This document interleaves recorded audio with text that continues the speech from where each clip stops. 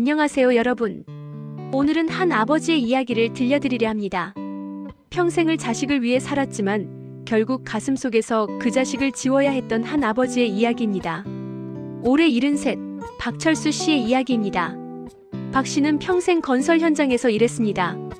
거친 손, 구부정한 허리, 성한 날 없는 무릎. 이 모든 것이 그가 살아온 세월의 증거였죠. 하지만 박 씨에게는 자랑이 하나 있었습니다. 바로 아들이었습니다. 아들은 공부를 아주 잘했어요.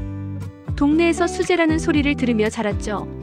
아버지는 평생 삽질해도 좋다. 너는 공부해서 펜 잡는 일을 해라. 박 씨가 아들에게 늘 하던 말이었습니다. 아내도 마찬가지였습니다. 파출부, 시장 일, 생선가게, 식당 설거지. 안 해본 일이 없었습니다. 부부의 마음속에는 오직 하나, 아들만큼은 배움의 힘으로 가난에서 벗어나게 하고 싶다는 간절한 소망뿐이었죠. 아들은 대학을 졸업한 뒤 사법시험 공부를 시작했습니다.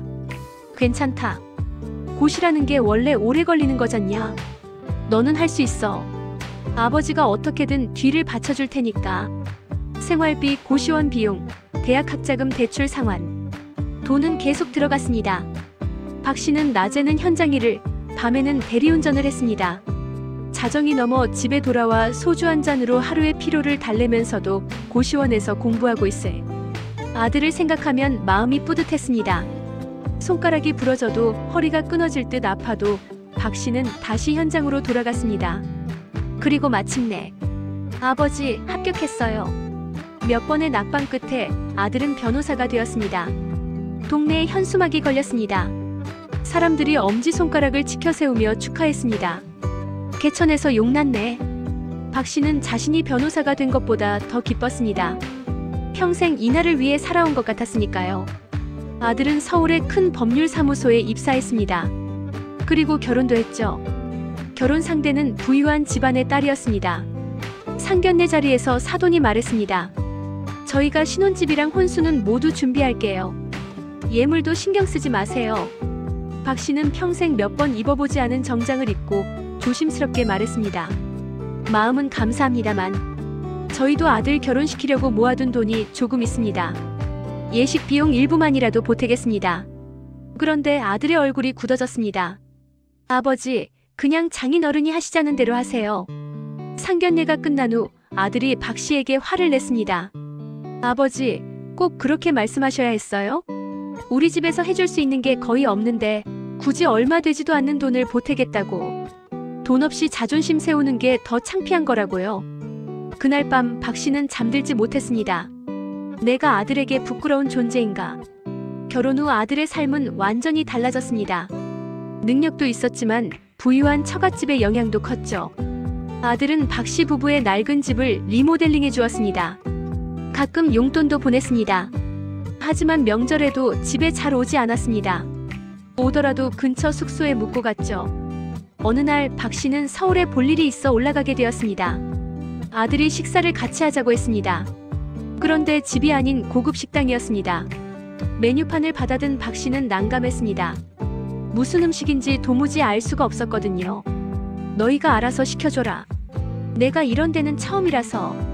아들의 얼굴이 굳었습니다. 며느리가 대화 중에 물었습니다.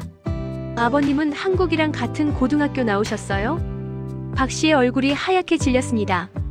아들도 마찬가지였죠.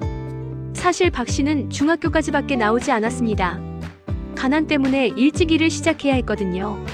같은 고등학교 나왔어. 아들이 황급히 거짓말을 하며 화제를 돌렸습니다. 그 순간 박 씨는 쥐구멍이라도 들어가고 싶었습니다. 집으로 돌아오는 버스 안에서도 마음이 진정되지 않았습니다.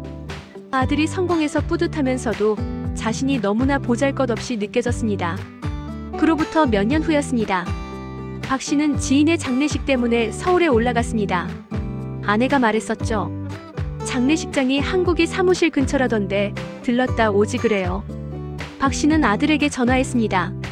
잠깐 들러서 얼굴만 보고 가도 될까? 그러세요. 1시간 뒤에 오시는 거죠? 아들의 목소리가 그리 반갑지는 않았지만 박 씨는 기뻤습니다. 가는 길에 고급 옷가게를 발견하고 들어갔습니다. 아들에게 줄 선물을 사기 위해서였죠. 이 셔츠 얼마입니까? 12만 9천 원입니다. 예상보다 비쌌지만 박 씨는 망설이지 않았습니다. 아들이 기뻐할 모습을 상상하니 돈이 아깝지 않았죠. 사무실에 도착했습니다. 직원들이 인사를 건넸고 박 씨는 대단한 사람이라도 된 기분이었습니다. 그런데 아들의 방에 들어가자마자 갑자기 이렇게 오시면 곤란해요. 차가운 말이었습니다. 이거 너 선물이야. 와이셔츠인데 서울에서 사면 다 좋은 건 줄 아세요? 아들은 선물 상자를 책상 위에 던지듯 올려놓았습니다. 그때 동료 변호사가 들어왔습니다. 악수를 청하는 손에 박 씨는 머뭇거렸습니다. 평생 막노동을 한 거친 손이 부끄러웠거든요. 현장 일을 오래 해서 그렇습니다. 동료는 의외라는 표정이었습니다. 아들이 아버지 직업을 말한 적이 없었던 거죠. 지금 다들 바빠서요. 용건 끝났으면 내려가시죠. 아들이 박 씨의 팔을 잡아당겼습니다. 마침 며느리와 사돈이 올라왔습니다. 식사를 같이 하자고 했죠. 아버지는 급한 일이 바로 가보셔야 해요. 아들은 서둘러 박 씨를 엘리베이터로 데려갔습니다. 엘리베이터를 기다리며 박 씨가 물었습니다. 왜 굳이 여기까지 오셨어요? 제가 조만간 내려가려고 했는데 일하는 직장에 약속도 없이 찾아오시는 건 불편해요. 앞으로는 찾아오지 마세요. 그 말에 박 씨의 울분이 터져 나왔습니다. 아들 얼굴 한번 보겠다고 생전 처음 찾아왔는데 그게 그렇게 잘못이냐? 그런 말이 아니잖아요. 그럼 뭐가 잘못이야? 너는 그렇게 내가 창피하냐? 내 거친 손도 창피하고 막노동했던 것도 창피하고 학교 못 다닌 것도 창피하고 돈 없는 것도 창피하냐? 저는 흙수저 취급당하고 싶지 않아요. 숨길 수 있는 건 숨기고 싶은데 아버지가 자꾸 그걸 드러내려고 하시니까. 그래서 평생 뼈 빠지게 일해서 공부시킨 부모를 이렇게 취급해. 너 엄마한테 1년에 전화 한 번이나 하냐? 공부는 제가 한 거예요. 제 힘으로 여기까지 올라왔고요. 그리고 집도 고쳐드렸고 용돈도 드렸잖아요. 뭘 더 바라세요? 그 순간 박 씨의 가슴이 무너졌습니다. 그래. 내가 그렇게 부끄럽다면 이 아버지 이제 내 앞에 다시는 안 선다. 그런 소리 마세요. 목소리 낮추세요. 장인어른 듣습니다. 박 씨는 그 말에 더 이상 할 말이 없었습니다. 너도 무슨 일이 있어도 우리 찾지 마라. 나중에 후회하지 말고. 엘리베이터 문이 열렸습니다. 박 씨는 끝까지 아들의 눈을 마주치지 않았습니다. 아들도 아버지를 붙잡지 않았습니다. 그날 이후 박 씨는 가슴속에서 아들을 지웠습니다. 차라리 내 아들은 이 세상에 없다고 생각하자. 아내도 눈물을 흘렸습니다. 그렇게 서럽게 우는 모습은 처음이었죠. 4년이 흘렀습니다. 전화도 없었고 찾아오지도 않았습니다. 며느리도 문자 한 통 없었죠. 박 씨 부부는 정말로 아들과 연을 끊고 살았습니다. 어느 늦은 저녁이었습니다. 박 씨가 마당을 쓸고 있을 때 대문에서 인기척이 났습니다. 놀랍게도 아들이었습니다. 하지만 4년 전의 당당한 모습은 온데간데 없었습니다. 수염은 덥수룩하고 셔츠 대신 후줄근한 옷을 입고 있었죠. 얼굴은 야위어 뺨이 푹 들어가 있었습니다. 누구길래 남의 집에 막 들어옵니까? 아버지, 잘못 찾아온 것 같네요. 우리는 자식이 없어요. 아들이 가방을 떨어뜨리고 마당 계단에 주저앉았습니다. 얼굴을 감싸며 흐느꼈죠. 지금 갈 곳이 없어요. 그리고 모든 것을 토해내듯 이야기하기 시작했습니다. 지금 제가 빚이 12억이에요.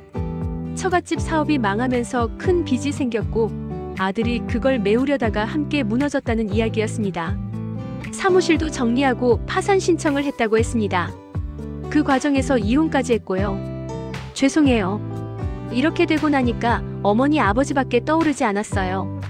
여기서 새로 시작해보고 싶어요. 저 좀 받아주세요. 박 씨는 아들의 말을 묵묵히 들었습니다.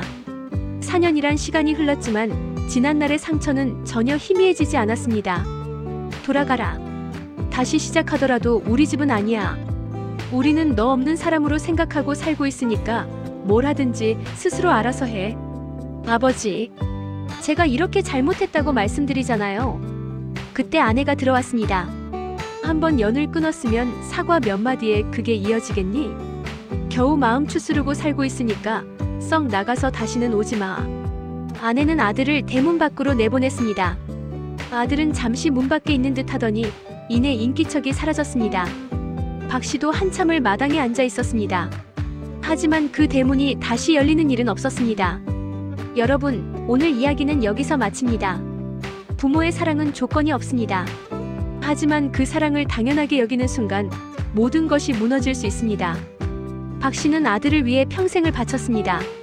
하지만 아들은 그 희생을 자신의 노력으로만 생각했죠.